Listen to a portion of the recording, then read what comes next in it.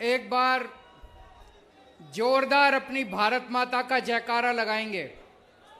सारे जने मुट्ठी बंद करेंगे, हाथ ऊपर करेंगे और पूरे दिल से बोलेंगे, भारत माता की, भारत माता की, इनकलाब, इनकलाब, वंदे वंदे। हरियाणा के कोने कोने से आए हुए हजारों हजारों की संख्या में आज यहां मौजूद सभी भाइयों बहनों माताओं बुजुर्गों बच्चों, आप सब लोगों को मेरा नमस्कार, सबको मेरा प्रणाम। मैं आपका शुक्रिया अदा नहीं कर सकता दिल से, इतना मैं भाव विभोर हूं। इतने घंटों से आप लोग इतनी तपती धूप में पसीना पसीना होके मेरा इंतजार कर रहे हो। आप सब लोगों को मेरा नमन।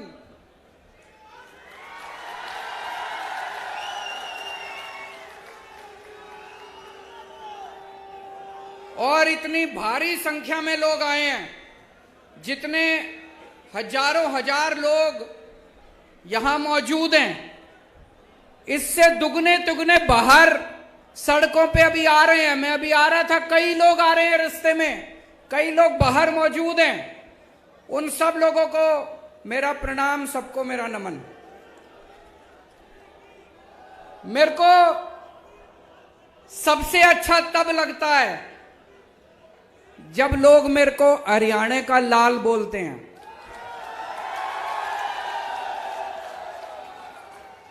हरियाणा मेरी जन्मभूमि है और जन्मभूमि मां के समान होती है।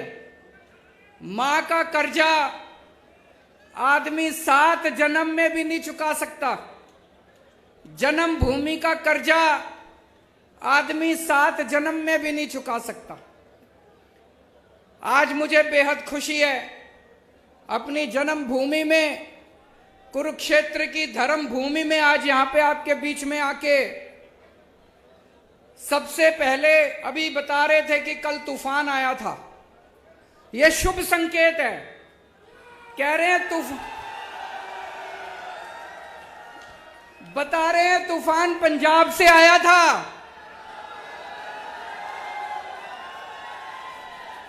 बता रहे हैं तूफान दिल्ली से आया था। तो हरियाणा में तूफान आने वाला है और बड़ा तूफान आने वाला है। और जब ऊपर वाला अपनी झाड़ू चलाता है तो तूफान ही आता है। ऊपर वाले ने झाड़ू चलानी शुरू कर दी तो तूफान से घबराने की बात नहीं है। बड़ा शुभ लक्षण है कि कल तूफान आया था।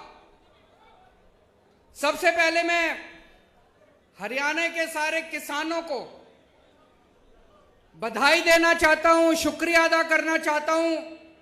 हरियाणा के और पंजाब के किसानों ने मिलके जिस तरह से इतनी अहंकारी सरकार को झुका दिया, 1 साल तक आंदोलन किया, 1 साल तक 36 बिरादरियों ने मिलके, सारे धर्म के लोगों ने मिलके 1 साल तक सिंगू बॉर्डर पे जमे रहे। इनको लगता था इतनी बारिश आएगी, धूप थी, बारिश थी, ठंड थी, गर्मी थी, लेकिन किसान हटे नहीं। अंत पंत में सरकार को तीनों कानून वापस लेने पड़े। दोस्तों, कहते हैं ना, अहंकार तो रावण का भी नहीं बन चलता। इनको घमंड हो गया था कि इनके सामने किसी की नहीं चलेगी। तो दोस्तों, त्रेता युग में रामचंद्र जी ने रावण का घमंड तोड़ा था। द्वापर युग में कृष्ण जी ने कंस का घमंड तोड़ा था और कल युग में किसानों ने भाजपाइयों का घमंड तोड़ा था।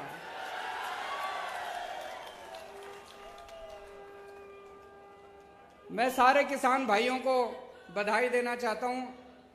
दोस्तों, मेरे को राजनीति करनी नहीं आती, मेरे को पॉलिटिक्स करनी नहीं आती। मैं सीधा साधा छोरा हूं। मन काम करना आवे, मेरे ते कितना ही काम करा लो। दिल्ली में हमने स्कूल ठीक कर दिए, सरकारी स्कूल। सुना आप लोगों ने दिल्ली के स्कूल शानदार हो गए? किस किस ने सुना है? हाथ खड़े करके बताओ। दिल्ली में सरकारी स्कूलों में गरीबों के बच्चे पढ़ते हैं भाई साहब। गरीबों के बच्चे सरकारी स्कूलों में पढ़ते हैं। पहले दिल्ली के सरकारी स्कूलों का बहुत बुरा हाल था, जैसे हरियाणा के स्कूलों का बुरा हाल है। हरियाणा में भी सरकारी स्कूलों का बुरा हाल है, मैं देख के आया था। दिल्ली में भी सरकारी स्कूलों का बहुत बुरा हाल था। हमने पिछले कुछ सालों में, 7 सालों में दिल्ली के सरकारी स्कूल इतने शानदार कर दिए। आप कहोगे केजरीवाल अपनी बड़ाई खुद ही कर रहा है। इस बार हमारे सरकारी स्कूलों के नतीजे 99.7% नतीजे आए हैं। 99.7%। इतिहास में 70 साल के भारत के इतिहास में सरकारी स्कूलों के नतीजे ऐसे नहीं आए। और भाई साहब, इस साल 4 लाख बच्चों ने प्राइवेट स्कूलों से नाम कटा के सरकारी स्कूलों में भर्ती कराए हैं। अपने बड़े बड़े, अब अमीर लोग भी अपने बच्चों को सरकारी स्कूलों में भेज रहे हैं। बड़ी बात है भाई साहब, है कि नहीं है? अभी 2 साल पहले अमेरिका के राष्ट्रपति, अमेरिका तो दुनिया का सबसे बड़ा देश है, सबसे शक्तिशाली, अमेरिका के राष्ट्रपति इंडिया आए थे।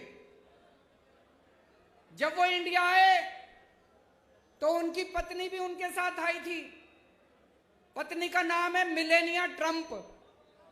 ट्रंप साहब आए थे ना 2 साल पहले अपने भारत मोदी जी से मिलने। तो जब उनकी पत्नी भी उनके साथ आई तो उनकी पत्नी मोदी जी को बोली, मैंने केजरीवाल के स्कूलों के बारे में बहुत सुना है, मैं उसका स्कूल देखना चाहती हूं। मोदी जी ने बहुत समझाया, बहन मान जा, केजरीवाल के स्कूल में ना जा, मैं अपने स्कूल दिखा दूंगा, मैं बीजेपी वालों के स्कूल दिखा दूंगा, मैं प्राइवेट स्कूल। बोली ना, मैं तो केजरीवाल के स्कूल देखूंगी। माननी नहीं वो माननी नहीं मोदी जी की बात। वो हमारे स्कूल देखने आई। बड़ी बात होगी भाई साहब, अमेरिका के राष्ट्रपति की पत्नी केजरीवाल के स्कूल देखने आई। कुछ तो कर ही रखा होगा हमने, कुछ तो कर ही रखा होगा हमने। मैं पूछना चाहता हूं, ये हरियाणा के खट्टर साहब के स्कूल कौन देखने आया? कोई आस पड़ोस का कोई श्रीलंका वाला ही आ गया हो देखने? कोई, चलो बाहर वाले छोड़ो, कोई अपने देश का ही कोई देखने आया हो इनके स्कूल? अबे कुछ करोगे तभी तो कोई देखने आएगा तुम्हारे स्कूल। कोई। दोस्तों, आज हमारे स्कूलों से निकल के बच्चे बड़े बड़े इंजीनियर बन रहे हैं, गरीबों के बच्चे। जैसे मैं आपको उदाहरण देता हूं, शुभम एक लड़का है, दिल्ली में उत्तम नगर में रहता है। उसके पिताजी चौकीदारी का काम करते हैं, चौकीदार, किसी कंपनी में चौकीदारी का काम करते हैं। 6,000 रुपए महीना है उनके पिताजी की। वो सरकारी स्कूल में पढ़ता है। उसके पिताजी के पास इतने भी पैसे नहीं है कि किताबें खरीद दे, ड्रेस खरीद दे। सारा कुछ उसको स्कूल से फ्री में मिलता है। दिल्ली के स्कूल इतने शानदार हो गए, इस बार शुभम ने आईआईटी की परीक्षा दी। आईआईटी मतलब देश का सबसे बड़ा इंजीनियरिंग कॉलेज। मैं भी आईआईटी से पढ़ा हूं। देश का सबसे बड़ा इंजीनियरिंग कॉलेज, लाखों बच्चे बैठते हैं उसमें। शुभम का पूरे देश में 215 नंबर पे रैंक आया और उसको आईआईटी के अंदर कंप्यूटर इंजीनियरिंग के अंदर दाखिला मिला है उसका। ये छोटी बात नहीं है भाई साहब। और अकेला एक शुभम नहीं है, इस बार दिल्ली के सरकारी स्कूलों के 400 बच्चों का बड़े बड़े इंजीनियरिंग कॉलेज में दाखिला हुआ है। बड़े बड़े हमारे दिल्ली के अब गरीबों के बच्चे इंजीनियर बन रहे हैं, डॉक्टर बन रहे हैं। एक और बच्चा है कुशाल गर्ग शास्त्री पार्क में रहता है। उसके पिताजी कार्डबोर्ड की कंपनी में मजदूरी करते हैं, 11,000 रुपए महीना तनख्वाह कमाते हैं। उनके बेटे का एडमिशन इस बार ऑल इंडिया मेडिकल कॉलेज में हुआ है, देश का सबसे बड़ा। ऑल इंडिया मेडिकल तो सबसे बड़ा है, ऑल इंडिया मेडिकल में उसके बच्चे का एडमिशन हुआ है। मैं इनसे बात कर रहा था, बोले जी आज से 5 साल पहले जो सरकारी स्कूलों की हालत थी, अगर वैसी हालत रहती हमारे बच्चे भी बड़े होकर मजदूरी करते। ये तो बोले केजरीवाल जी आपका धन्यवाद जो आपने स्कूल इतने शानदार कर दिए। मैं ये कहना चाहता हूं कि अगर गरीबों के बच्चे भी इंटेलिजेंट होते हैं, गरीबों के बच्चे कमजोर नहीं होते। ये तो माँ बाप के पास साधन नहीं होते, सरकारें कुछ करती नहीं है, इसलिए गरीब का बच्चा बड़ा होकर गरीब रह जाता है। आज दिल्ली के अंदर आप सोच के देखो कितने ऐसे शुभम होंगे, कितने ऐसे कुशाल गर्ग होंगे। लाखों बच्चे दिल्ली के स्कूलों में 18 लाख बच्चे पढ़ते हैं। इन 18 लाख बच्चों का भविष्य पहले अंधकार में था। ऐसे ही लाखों बच्चों का भविष्य हरियाणा के अंदर अंधकार में है। हरियाणा के अंदर भी स्कूलों का बुरा हाल है। एक मौका दे दो, हरियाणा के सारे सरकारी स्कूल बदल के दिखा दूंगा मैं। एक मौका दे दो। दिल्ली में करके आया हूं, हवा में बात नहीं कर रहा, दिल्ली में करके आया हूं। हरियाणा के भी सारे स्कूल बदल दूंगा, गरीबों के बच्चों को अच्छा भविष्य मिलना चालू होगा। गरीबों के बच्चे भी डॉक्टर बनेंगे, इंजीनियर बनेंगे, वकील बनेंगे। और ये जितने प्राइवेट स्कूल वाले हैं सारे खराब नहीं है, लेकिन कई प्राइवेट स्कूल वालों ने गुंडागर्दी मचा रखी है। मचा रखी है कि नहीं मचा रखी? जब मर्जी फीस बढ़ा देते हैं, कभी कहेंगे development charge, picnic charge, library charge, फलाना चार्ज, ढिमका चार्ज। दिल्ली में 7 साल से हमने इनको प्राइवेट वालों को फीस नहीं बढ़ाने दी, उल्टे इनका सबको ऑडिट कराया। कई लोगों को पैसे वापस कराए हैं प्राइवेट स्कूल वालों से, कभी नहीं हुआ होगा ऐसा। तो आज इतने सारे लोग हैं, मैं आपसे पूछना चाहता हूं, कौन कौन अपने बच्चों को इंजीनियर बनाना चाहता है? कौन कौन अपने बच्चों को डॉक्टर बनाना चाहता है? कौन कौन अपने बच्चों को वकील बनाना चाहता है? सारे जने हमारे साथ आ जाओ। और जो जो लोग अपने बच्चों को गुंडा बनाना चाहते हैं हाथ खड़े करो। जो जो अपने बच्चों को दंगई बनाना चाहते हैं, गुंडे बनाना चाहते हैं, बलात्कारी बनाना चाहते हैं, उनके साथ चले जाओ। उनकी पार्टी, सारे इनकी पार्टी में लुच्चे, लफंगे, दंगई, बलात्कारी सारे भरे पड़े हैं इनकी पार्टी के अंदर। सुबह से शाम तक गुंडागर्दी करते घूमते हैं। या तो ये खुद गुंडागर्दी करते हैं, नहीं तो देश में पता चल जाए कहीं गुंडागर्दी हो गई, उनका जाके सम्मान करते हैं, गुंडों का सम्मान करते हैं, दंगा करने वालों का सम्मान करते हैं। अभी थोड़े दिन पहले कुछ गुंडों ने मेरे घर पे हमला कर दिया। आपने पढ़ा होगा, अखबारों में, टीवी में देखा होगा। कुछ गुंडों ने हमला कर दिया। इन्होंने उन सारे गुंडों का अगले दिन सम्मान करा। ऐसे देश आगे बढ़ेगा। किसानों के ऊपर इनके आदमियों ने गाड़ी चढ़ा दी उत्तर प्रदेश के अंदर। इनकी की पूरी पार्टी ने बड़े बड़े वकील खड़े कर दिए उसको बचाने के लिए, जिसने किसानों के ऊपर गाड़ी चढ़ाई थी।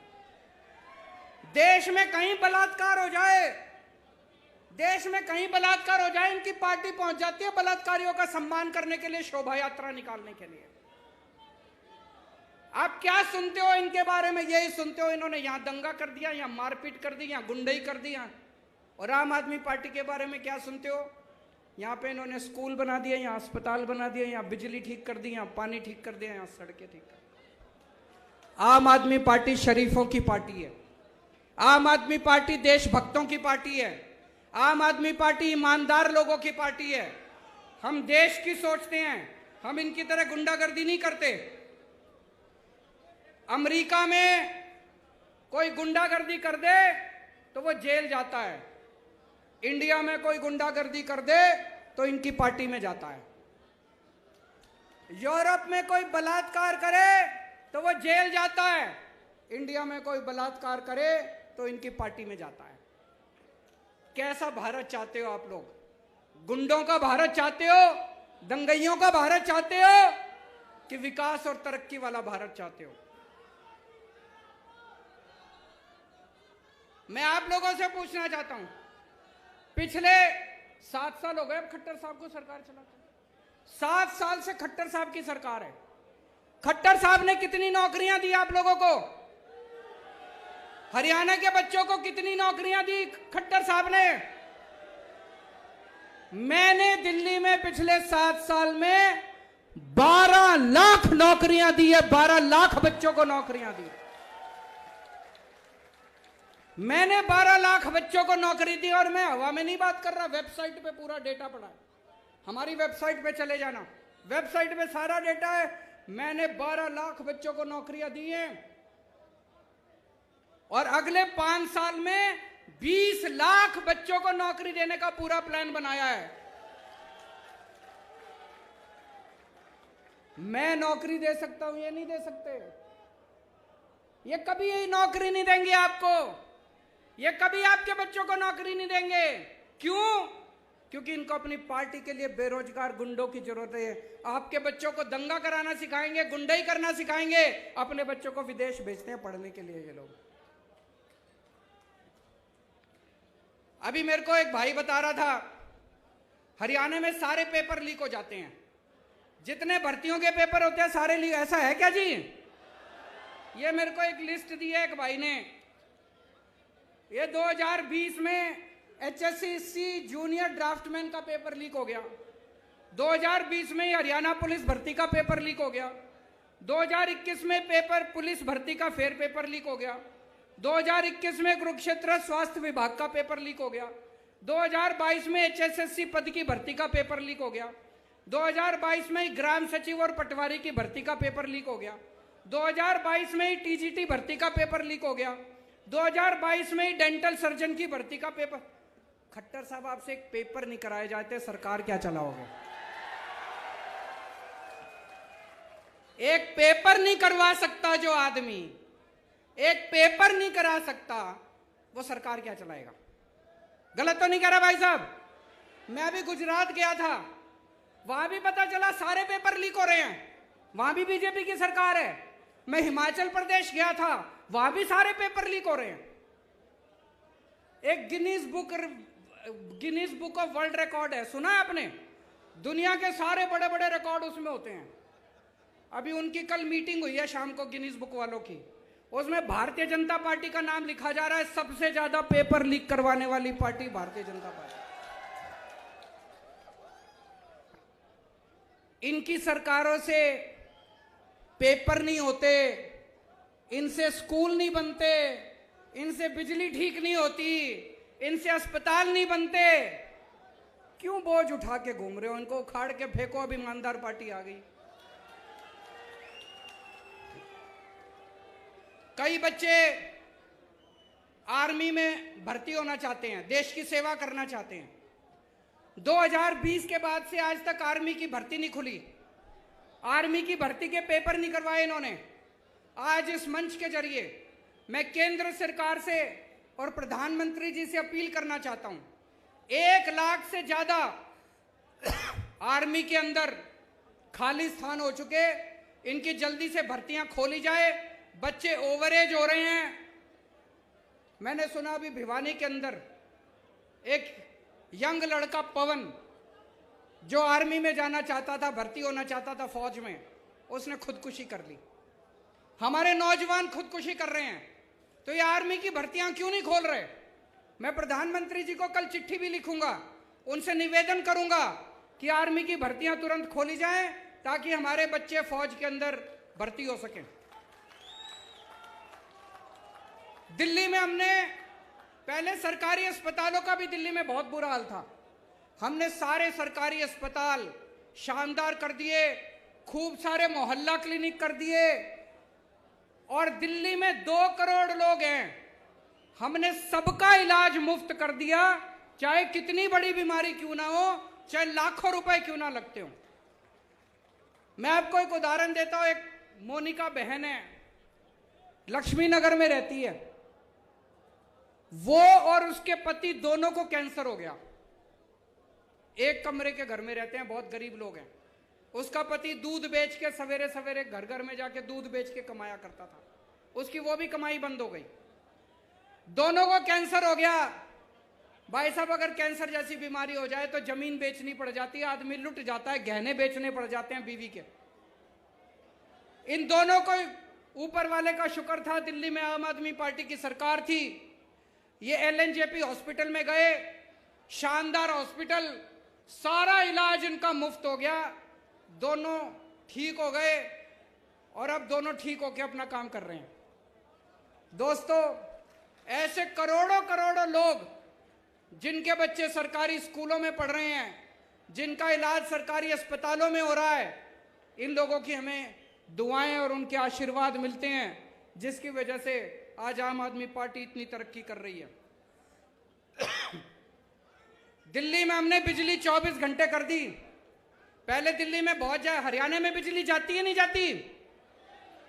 मेरे को पता चला खूब पावर कट लगते हैं। दिल्ली में 24 घंटे कर दी, हरियाणा में भी 24 घंटे बिजली चाहिए नहीं चाहिए? दिल्ली में केवल 24 घंटे बिजली नहीं करी, फ्री बिजली भी कर दी। फ्री बिजली चाहिए नहीं चाहिए? एक बारी हाथ खड़े करके बताओ, फ्री बिजली जिसको चाहिए। फ्री बिजली चाहिए तो सरकार बदलनी पड़ेगी, या खट्टर तो फ्री बिजली, खट्टर साहब तो नहीं करेंगे फ्री बिजली। अभी हमें पता चला पंजाब में हमारा एक मंत्री अफसरों से पैसे मांग रहा था। हमारा हेल्थ मिनिस्टर पंजाब का अफसरों से पैसे मांग रहा था। मीडिया को नहीं पता था, विपक्षी दलों को भी नहीं पता था। कोई और पार्टी होती तो क्या करती? उसको कहती थोड़ा बहुत पार्टी फंड में भी जमा करा, सारा खुद मत खा, यही कहते। कोई और मुख्यमंत्री होता तो क्या करता? कहता आधा मेरे को दे, आधा खुद रख। आम आदमी पार्टी ऐसी नहीं है। हमने उस मंत्री को बर्खास्त करके उसको सीधा जेल में कर दिया हमने। दिल्ली में हमारा एक मंत्री, एक राशन वाले से मेरा मंत्री पैसे मांग रहा था, 2015 की बात है। मेरे पास ऑडियो रिकॉर्डिंग आई, किसी विपक्ष को नहीं पता था, किसी टीवी चैनल वाले को नहीं पता था। मैंने तुरंत अपने मंत्री को बर्खास्त करके उसको सीबीआई को सौंप दिया। इसीलिए कहते हैं आम आदमी पार्टी कट्टर ईमानदार पार्टी है। कट्टर ईमानदार मतलब मेरा बेटा भी अगर कल को बदमाशी करेगा तो उसको बख्शूंगा नहीं, उसको छोड़ूंगा नहीं। किसी की भी बेईमानी बर्दाश्त नहीं की जाएगी। इनकी पार्टियों में भ्रष्टाचारी नहीं बैठे क्या? इन लोगों की पार्टी में भ्रष्टाचारी नहीं बैठे? कितने भ्रष्टाचारी हैं? आज तक इन्होंने एक को भी निकाला हो भ्रष्टाचार में तो बता दो। आज तक इन्होंने एक को भी जेल भेजा हो? क्यों नहीं भेजते? पैसा ऊपर तक जाता है भाई साहब, पार्टी के अंदर भी पैसा ऊपर तक जाता है। जाता है कि नहीं जाता है? दिल्ली तक जाता है इनका पैसा। हिम्मत नहीं है इनको निकालने की। केवल आम आदमी पार्टी है जो आज देश में एक ईमानदार सरकार दे सकती है। हमने दिल्ली में भ्रष्टाचार खत्म करा, पंजाब में भ्रष्टाचार खत्म करा, अब हरियाणा में भी भ्रष्टाचार खत्म करेंगे। यहां पे भी मेरे को बताया गया प्रॉपर्टी आईडी करके है, उसमें खूब पैसे चलते हैं। चलते हैं कि नहीं चलते? नगर निगम का चुनाव आने वाला है। इस नगर निगम के चुनाव में आप अपनी ताकत दिखा दो, जैसे पंजाब के लोगों ने अपनी ताकत दिखाई थी, जैसे दिल्ली के लोगों ने ताकत दिखाई थी। इन सारी पार्टियों को उखाड़ फेंको, एक मौका दो, नगर निगम को भी साफ करेंगे झाड़ू से, सारा भ्रष्टाचार दूर करेंगे और उसके बाद 2024 में हरियाणा को भी पूरे को साफ करेंगे, भ्रष्टाचार दूर करेंगे।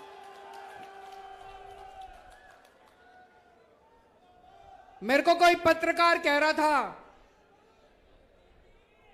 कि ये बीजेपी वाले खट्टर साहब को हटा रहे हैं, कोई दूसरा सीएम ला रहे हैं, ऐसा है क्या? सुना है आप लोगों ने भी? कह रहे खट्टर साहब को हटा के दूसरा सीएम ला रहे हैं। क्यों? खट्टर साहब भ्रष्टाचारी हैं क्या? खट्टर साहब काम नहीं करते क्या? मैं बीजेपी को चैलेंज करना चाहता हूं, हिम्मत है तो 2024 का चुनाव खट्टर साहब के साथ लड़के दिखाओ तुम।